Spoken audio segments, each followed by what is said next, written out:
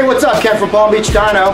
We've got Lee Dennis's 2020 GT500 back on the dyno, and today we're going to re-baseline it with some tune changes that we've come up with on the 2.65 pulley E85 and the lethal track exhaust, and then we're going to swap on a new 2.5 Griptec pulley and see what kind of gains we get. And then we're going to head to the track tomorrow, probably switching out from Toyo tires to Mickey Thompson's, but you can wait and see on that video what we wind up doing. But anyway, let's see what kind of power it puts down on the tune with the 2.65 pulley, and then we'll go ahead and swap it out.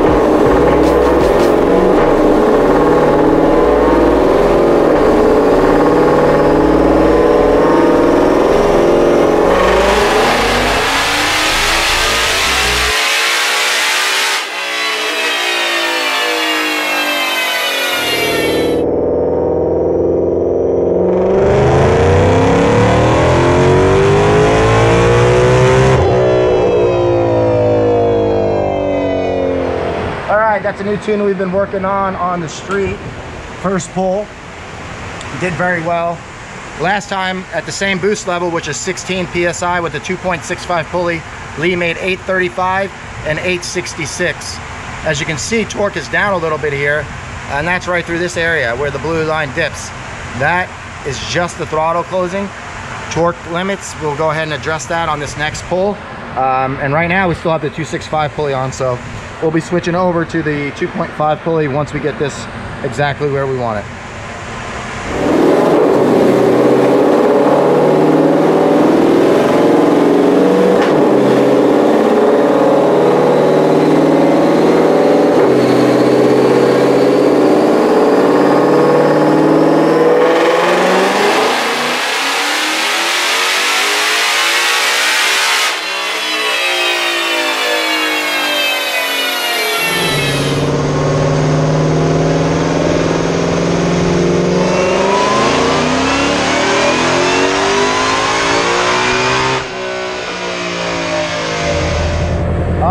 That was good. Looks like we got the throttle issue fixed.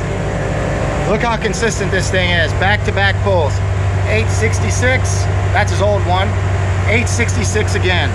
But we went from 674 torque to 700 torque. You can see right here the green line.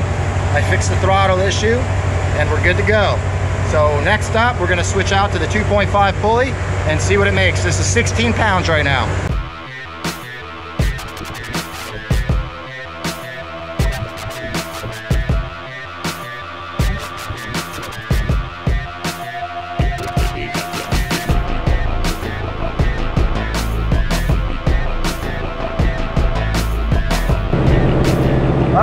Rare Fab got the pulley swapped over. It's a 2.5. We didn't even touch the tune.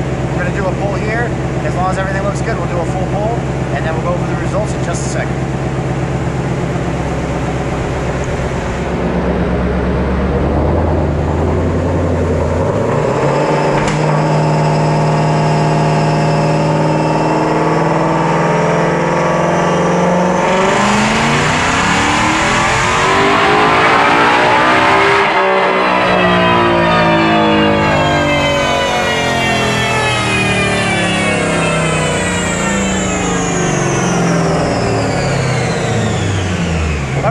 The tune-up looked good on that. It doesn't look like the dyno works, so we'll go ahead and do another pull. Okay, it actually did record, but we forgot to hook the RPM up, so when it displays it on the screen versus RPM, no numbers show up, but we did get horsepower, no torque. Obviously, we'll do another pull, but it picked up. So 866 to 887. Obviously, we don't get a torque reading. Let's go in the car real quick and look at the data log and see what kind of boost we saw. So right here, we'll say at 7100, we're seeing 16.73. So it roughly added about a pound of boost. There's 17.2. So you can see that.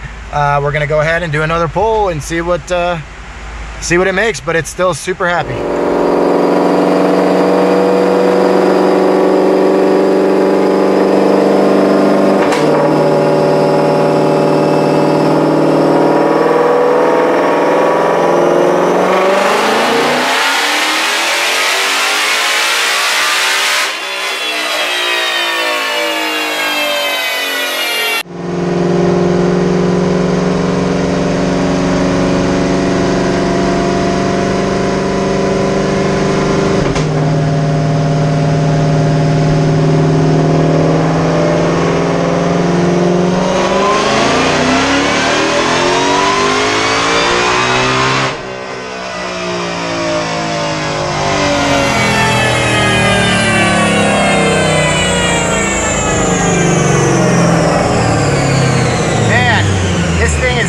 completely consistent.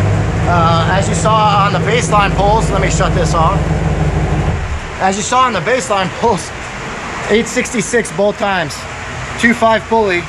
Now remember people, this is the same tune. Haven't flashed the car once. 887, 887, and we got a torque reading that time, 732. Hold on, right now.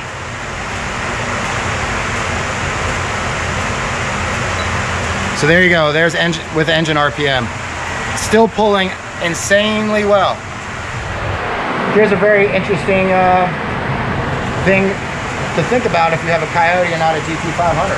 Right now, this car is running a stock spark plug gap, which is, I believe, 036 or 037. Newsflash, the GT500 has higher output coils that seem to be working. And they are available and swappable into a GT, so there you go. That may be a really good modification for anybody that doesn't already, or that doesn't have a GT500 but has a boosted Coyote. Obviously, these are lower compression. That may affect spark plug gap needed, but I mean, these results are outstanding. Let's show you real quick Lee's best pull. Let's see. Let's do, okay, that's Lee's best pull from the last video you saw, 835 and 688 with further tuning and about a pound more of boost. Bam, looking really good. Now remember, Lee, he went 144 with these numbers in good weather, but really went more like 142 to 143 consistently. So now we're up a solid 50 more horsepower. All right, we thought we were done, but I had an idea real fast. We went ahead, I had a Hellcat cold air kit. This is obviously not able to be run on the street, but it's a larger pipe with a big filter. So we're gonna go ahead and try this anyway and see what happens.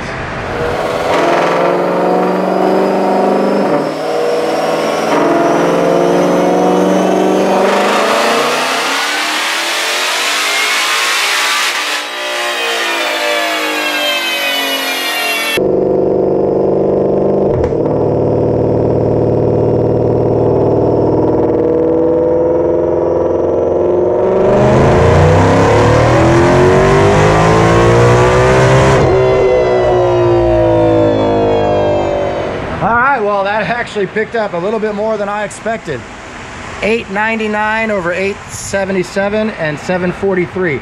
But the computer did shut us down here at 7,200. Most likely another torque limit. That's the challenge with this sort of stuff. Every time you add more power, you have more tuning issues, but we'll figure that out. So let me look over the graph or the data log real closely, and then we'll do another pull.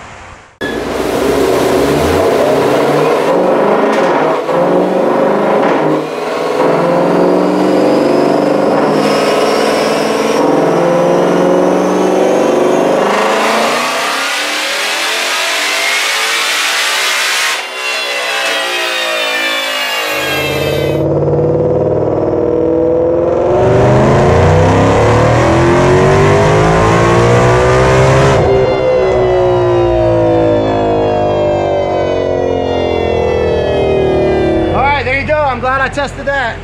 Look at this. 908, 740. Stock blower, warm. Hey, let's look at that real quick. Speaking of that. These are not cherry-picked 40-degree temperature days here. Right now, it is 85 degrees in here. Obviously, the pressure's pretty good. We're actually, this is pulling power, so uncorrected, it actually made just a little bit more. Let's look at that real quick. Look at that, Jeffrey Epstein did not kill himself. All right, anyway.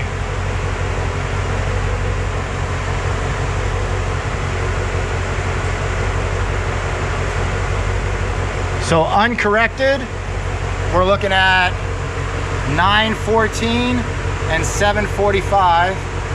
And if you want to see the STD numbers, we're looking at 930 and 758. Now, we should probably call it good here, but we're not. Next up, we're gonna try that on the throttle body. So let's see what it does.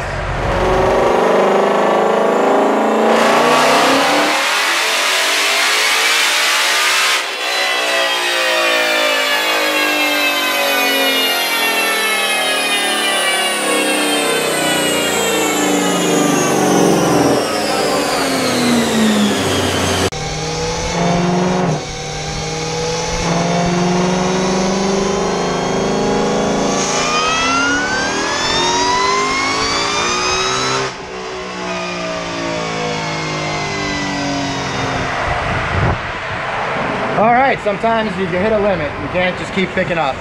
Looks like the velocity stack, which is what we have right here. These are for my turbo car. On the very first pull, it did pick up 6 horsepower, but it's just that little uptick right there. Pretty much almost perfectly over the orange line.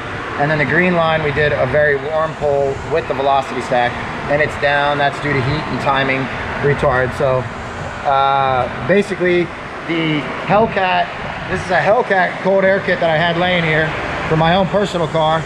We just fabbed it up. Obviously, we can't put it in the car, so the JLT intake hopefully will be out soon, and that'll be the ticket. So what we're gonna do is obviously we'll be running the factory intake on this. today's Thursday. We'll be headed to the track tomorrow to see what kind of numbers we can make with this 900 horsepower setup.